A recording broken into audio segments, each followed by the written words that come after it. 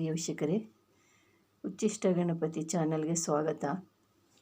ಈಗೊಂದು ನಮಗೆ ಮಾಟ ಮಂತ್ರ, ಅಭಿಚಾರ, ಕೃತ್ರಿಮ ದೋಷಗಳು, ಯಾವುದೇ ದೋಷಗಳಿದ್ರೂ ಕೂಡ ಇದು ಪರಿಹಾರ ಆಗೋದಕ್ಕೆ ನಮಗೆ ಮಾಟ ಮಂತ್ರ ಮಾಡಿರ್ತಾರೆ.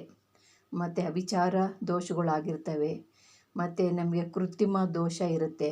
ಕೃತ್ರಿಮ ದೋಷ ಇಂಥ ಪ್ರಯೋಗಗಳು ಮಾಡಿರ್ತಾರೆ. ದೇವರುಗಳಿಗೆ ಕೈ ತಟ್ಟಿರ್ತಾರೆ.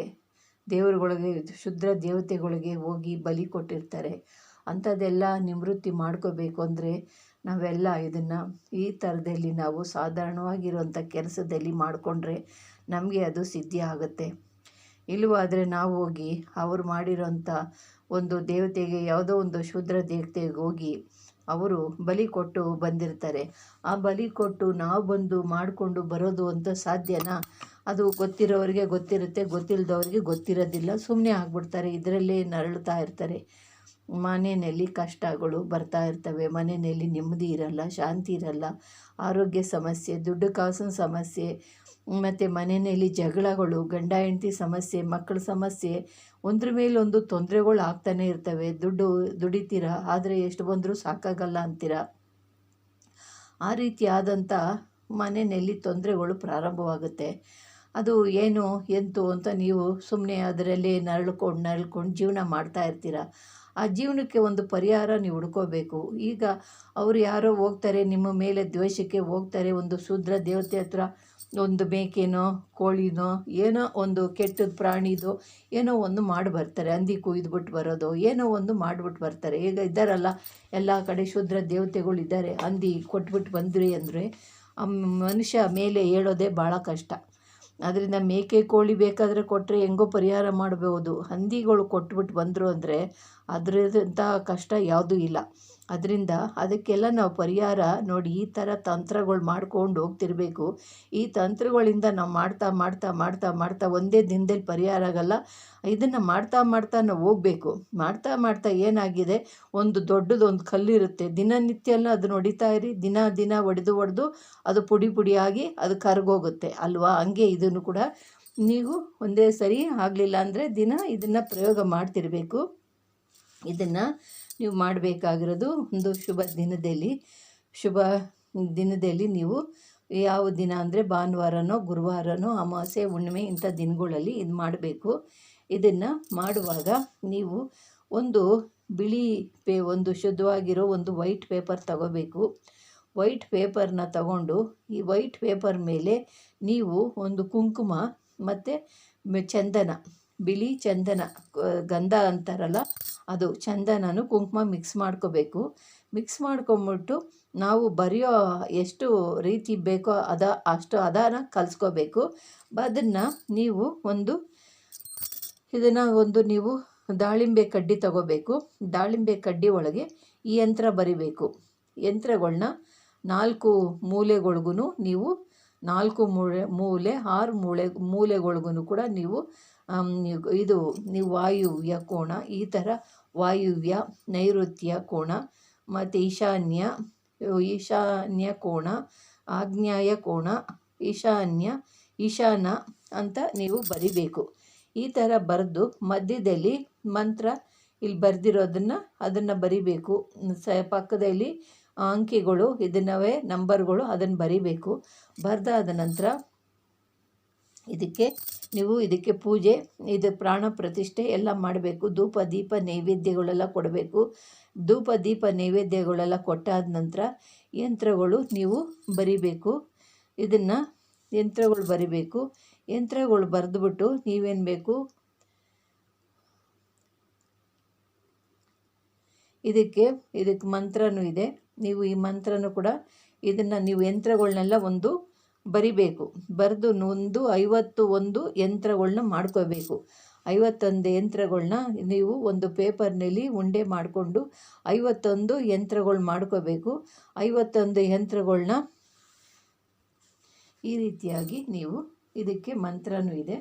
ಇದಕ್ಕೆ ಧೂಪ ದೀಪ ನೈವೇದ್ಯ ಎಲ್ಲ ಕೊಟ್ಟಾದ ನಂತರ ಇದನ್ನು ಮಂತ್ರ ಇದೆ. ಈ ಮಂತ್ರನ ನೀವು ಇದು ಬರೆದಿರೋದನ್ನು ತಗೊಂಡು 108 ಸತಿ ಮಂತ್ರನ ಹೇಳಬೇಕು. ಮಂತ್ರ ಹೀಗಿದೆ ನೋಡಿ. ಮಂತ್ರ ಓಂ ಹ್ರೀಂ ಶ್ರೀಂ ಕ್ಲೀಂ ಬ್ಲೂಂ ರಾಮ್ ನಮಃ. ಈ ಥರ ಮಂತ್ರ ಹೇಳ್ಕೋಬೇಕು. ಮಂತ್ರ 108 ಸತಿ ಹೇಳ್ಕೊಂಡು ಇದಕ್ಕೆ ನೀವು ಮತ್ತು ಈ ನಂತರ ಈಗ ಇದನ್ನು ಯಂತ್ರನೆಲ್ಲ ಬರೆದಾಗಿ ಧೂಪ ದೀಪ ನೈವೇದ್ಯಗಳೆಲ್ಲ ಕೊಟ್ಟಾದ ನಂತರ ಈ ಯಂತ್ರನ ಒಂದು ಗೋಧಿಯ ಹಸಿಟ್ಟಿನಲ್ಲಿ ಈ ಯಂತ್ರನ ಬರೆದಿರೋ ಯಂತ್ರನ ಗೋಧಿಯ ಹಸಿಟ್ಟಿನಲ್ಲಿ ಇಟ್ಟು ನೀವು ಅದನ್ನು ಉಂಡೆ ಮಾಡಿ ಅದರಲ್ಲಿ ಇಟ್ಟು ಯಂತ್ರವನ್ನು ನೀವೇನು ಮಾಡಬೇಕು ಅಂದರೆ ಒಂದು ಮೀನುಗಳಿಗೆ ಹಾಕಬೇಕು. ತಗೊಂಡೋಗಿ ಮೀನುಗಳಿಗೆ ಹಾಕಬೇಕು. ಮೀನುಗಳಿಗೆ ಹಾಕೋದ್ರಿಂದ ಆ ಮೀನುಗಳು ತಿನ್ನೋದ್ರಿಂದ ನಿಮ್ಮಲ್ಲಿರೋಂಥ ದೋಷಗಳು ಮತ್ತು ನಿಮಗೆ ಪಿತೃದೋಷ ಇವು ಏನೇನೋ ದೋಷಗಳು ಇರ್ತವೆ. ಮಾಟ ಮಂತ್ರ, ದುಷ್ಟ ದೇವತೆ ಪ್ರಯೋಗ, ಮಾಟ ಮಾಡಿರೋ ಪ್ರಯೋಗ, ಕೃತ್ರಿಮ ಪ್ರಯೋಗ, ಇವೆಲ್ಲನೂ ಕೂಡ ಮೀನುಗಳು ನಿಮ್ಮ ದೋಷಗಳೆಲ್ಲ ನೀವು ಬರೆದಿರೋದನ್ನೆಲ್ಲ ಅದು ಸೇವನೆ ಮಾಡಿದಾಗ ಆ ಮೀನುಗಳು ತಿಂದಾಗ ನಿಮ್ಮಲ್ಲಿರೋಂಥ ಕೃತ್ರಿಮ ದೋಷಗಳು ಪ್ರಯೋಗಗಳು ಎಲ್ಲ ಪರಿಹಾರ ಆಗ್ತಾ ಇರ್ತವೆ. ಇದೇ ರೀತಿಯಾಗಿ ನೀವು ಮಾಡಬೇಕು. ಮಾಡಿ ಒಂದು ಸತಿ ಮಾಡ್ತೀರಾ, ಇದರಲ್ಲಿ ಪರಿಹಾರ ಆದರೆ ಸರಿ, ಇಲ್ಲ ಪರಿಹಾರ ಆಗಲಿಲ್ಲ ಅಂದರೆ ನೀವು ಇದೇ ರೀತಿಯಾಗಿ 51 ದಿನಗಳು ಇದೇ ಥರವಾಗಿ ಮಾಡಬೇಕು.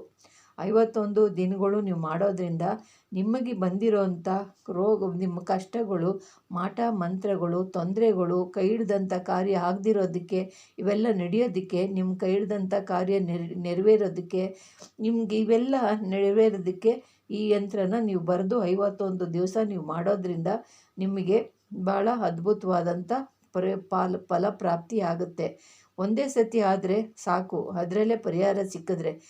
ಆಗಲಿಲ್ಲ ಅಂದರೆ ಎಷ್ಟು ದಿವಸದಲ್ಲಿ ಆಗುತ್ತೋ ಅಂತ ನೋಡ್ಕೊಳ್ಳಿ. ಆಗಲಿಲ್ಲ ಅಂದರೆ ನಿಮಗೆ ಕೊನೆಯ ಪಕ್ಷ ಆಗಲೇ ಇಲ್ಲ, ಇದರಲ್ಲೂ ಆಗಲಿಲ್ಲ ಅಂದಾಗ 51 ಬಾರಿ ಮಾಡಿದ್ರೆ ಸಂಪೂರ್ಣವಾಗಿ ನಿಮ್ಮಲ್ಲಿರುವಂಥ ಎಲ್ಲ ದೋಷಗಳು ನಿವಾರಣೆ ಆಗೋಗುತ್ತೆ.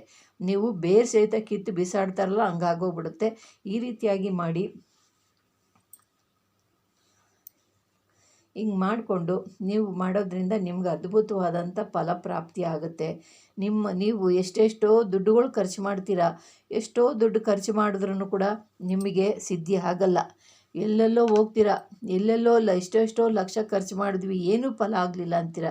ಇದು ನೋಡಿ, ಇದು ಒಂದು ಪರಿಹಾರ ಮಾಡಿ ಇದು ನಿಮ್ಮಲ್ಲಿ ಎಷ್ಟೋ ದೋಷಗಳು ನಿವಾರಣೆ ಆಗುತ್ತೆ. ಮದುವೆ ಮಾಟ ಮಂತ್ರ ಮಾಡಿ ಮದುವೆ ಆಗಿರೋದಿಲ್ಲ, ಮದುವೆ ಆಗಲ್ಲ, ಓದೋದಿಲ್ಲ, ಕೆಲಸ ಸಿಗೋದಿಲ್ಲ, ಇವೆಲ್ಲದಕ್ಕೂ ಪರಿಹಾರ ಇದು. ನಿಮ್ಮೆಲ್ಲ ಏನೇನು ನೀವು ನಿಮಗೆ ದೋಷ ಇರುತ್ತೋ ಅದೆಲ್ಲ ಇದರಿಂದ ನಿಮಗೆ ದೋಷ ಮುಕ್ತಾಯ ಆಗುತ್ತೆ, ಪರಿಹಾರ ಆಗುತ್ತೆ. ಮಾಡಿ ಏನು ಇದರಲ್ಲಿ ದುಡ್ಡು ಖರ್ಚು ಏನೂ ಆಗಂಗಿಲ್ಲ, ದುಡ್ಡು ಕೊಡೋಂಗಿಲ್ಲ, ಖರ್ಚು ಮಾಡೋಂಗಿಲ್ಲ. ಒಂದು ಪೇಪರ್ ತಗೊತೀರಾ, ಒಂದು ಪೇಪರಲ್ಲಿ ಬರೀತೀರಾ, ಒಂದು ಗೋಧಿ ಹಸಿಟ್ಟಿನಲ್ಲಿ ಇಡ್ತೀರಾ, ಇಟ್ಟು ಮೀನುಗಳ್ಗೆ ಹಾಕ್ತೀರಾ, ₹1 ಖರ್ಚಿಲ್ಲ. ಇದನ್ನು ಮಾಡ್ಕೊಳ್ಳಿ. ಯಾಕೆಂದರೆ ಖರ್ಚಿಲ್ದದ್ದು ಹೇಳೋಕ್ಕೆ ಹೋದರೆ ನಿಮಗೆ ಇದರಲ್ಲಿ ಏನಾಗುತ್ತೆ ಅಂತ ತಾಸ್ಕರ ಮಾಡ್ತೀರಾ. ಮಾಡ್ಕೊಳ್ಳೋಕೆ ಹೋಗಬೇಡಿ, ಮಾಡಿ ನೋಡಿ, ಆಮೇಲೆ ನಿಮಗೆ ಗೊತ್ತಾಗುತ್ತೆ. ನಿಮಗೂ ಮಾಡಿಕೊಂಡು ಇನ್ನೂ 4-6 ಜನ ಕಷ್ಟದಲ್ಲಿರೋರಿಗೆ ತಿಳಿಸಿ, ಅವ್ರ ಕಷ್ಟನೂ ಪರಿಹಾರ ಆಗಲಿ. ನಿಮ್ಮಿಂದ ಅವ್ರಿಗೂ ಒಳ್ಳೆಯದಾಯಿತು ಅಂದರೆ ಅವರು ನಿಮ್ಮನ್ನು ಹರಿಸ್ತಾರೆ. ಅದರಂತೆ ಮಾಡ್ಕೊಳ್ಳಿ. ಇದರಿಂದ ಭಾಳ ಅದ್ಭುತವಾದಂಥ ಫಲಪ್ರಾಪ್ತಿ ಆಗುತ್ತೆ. ಇದು ಅನುಭವ ಸಿದ್ಧಿ ಆಗಿರೋದು. ಒಂದಲ್ಲ ಎರಡಲ್ಲ, ಹಿಂಗೆ ಮಾಡಿ ಒಂದು 51 ಸತಿ ಮಾಡಿ ನಿಮ್ಮ ಕಷ್ಟ ಎಲ್ಲ ಸಂಪೂರ್ಣವಾಗಿ ಬಿಡುಗಡೆ ಆಗೋಗುತ್ತೆ. ಪ್ರಿಯ ವೀಕ್ಷಕರೇ, ಇದರಿಂದ ನಿಮಗೆ ಇಷ್ಟವಾದರೆ ಲೈಕ್ ಮಾಡಿ, ಶೇರ್ ಮಾಡಿ, ಸಬ್ಸ್ಕ್ರೈಬ್ ಮಾಡಿ. ನಮಸ್ಕಾರ.